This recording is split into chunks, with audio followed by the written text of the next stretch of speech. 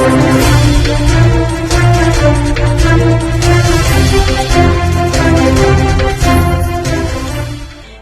ઉત્તરાણ વિસ્તારમાં મનીષ કુકરી ગેંગે કારને ટક્કર લાગવા જેવી નજીવી બાબતે યુવાનનું અપહરણ કરી જઈ રોકડ અને દાગીનાની લૂંટ ચલાવી હતી તો હાલ એક આરોપીને ઉત્તરાણ પોલીસે ઝડપી પાડ્યો છે. સુરતના ઉત્તરાણ વિસ્તારમાં ફરી કુખ્યાત મનીષ કુકરી ગેંગનો આતંક સામે આવ્યો છે, જેમાં કારે ટક્કર મારતા યુવકનું અપહરણ કરી રોકડા અને દાગીનાની લૂંટ ચલાવી હતી. કુકરી ગેંગના કિરીટ માવાણી આતંક મચાવ્યો હતો તો ભોગ બનનાર યુવક છૂટ્યા બાદ પોલીસને જાણ કરાતા પોલીસ આવતા પોલીસની ગાડીને ટક્કર મારી કિરીટ ભાગી છૂટ્યો હતો.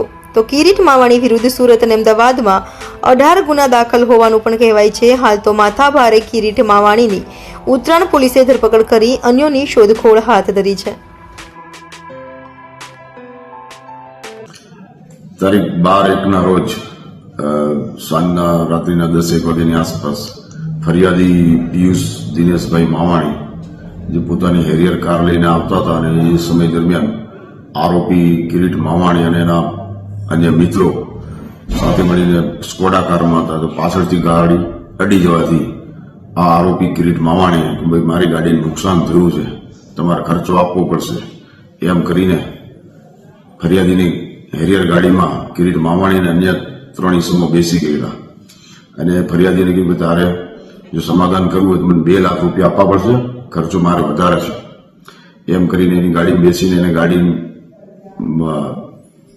આખા સિટીમાં ફરતા રહ્યા, કાપોદ્રાથી લઈ સરથાણા ઉત્તરાણ વિસ્તારમાં. અને પછી ફરિયાદીએ એના મિત્રને ફોન કરીને કીધું કે મારે જે ગાડી અડી ગઈ છે મારે આનું સમાધાન કરવાનું છે, મને પૈસાની સગવડ જોઈએ એમ કરીને પ્રથમ 50,000 રૂપિયા લઈને આપ્યા. અને જે મિત્ર 50,000 રૂપિયા લઈને આવ્યો હતો એને પણ આ આરોપીએ હેરિયર ગાડીમાં બેસાડી દીધો, એમની સાથે મારઝૂડ કરી અને કે બીજા પાછા રૂપિયા દેવા પડશે એવી ધાક ધમકી આપી બીજા 19,000 રૂપિયા ફરીથી મેળવ્યા લોકોએ. અને એ સમય દરમિયાન આ આરોપી ફરિયાદીની હેરિયર ગાડીમાં ફરિયાદી અને પેલા સાહેબને લઈને ઉત્તરાણ વિસ્તારમાં અને કાપોદ્રા વિસ્તારમાં તેમજ સરથાણા વિસ્તારમાં ફરતા રહ્યા. અને પછી પૈસા મળી ગયા બાદ એ લોકોએ આ હેરિયર ગાડીમાંથી ઉતરી ગયા અને કીધું કે જાઓ હવે તમારે જે કરવું એ કરજો અને એમ કરીને જતા રહ્યા. અને આ બાબતે ફરિયાદી પ્રથમ સરથાણા પોલીસ જઈને મળ્યા હતા અને ત્યાંથી એવું જણાવ્યું કે આ બનાવ જે છે ઉત્તરાણ પોલીસ સ્ટેશનમાં છે. એટલે સવારે અહીંયા પોલીસ સ્ટેશન આવતા ફરિયાદીની વિગતવારની ફરિયાદ લેવામાં આવેલી છે અને આ કામે મુખ્ય આરોપી કિરીટ માવાણી એને પકડી લેવામાં આવ્યો છે. નામદાર કોર્ટમાં રજૂ કરી એના 3 દિવસના કસ્ટડી રિમાન્ડ મેળવ્યા છે.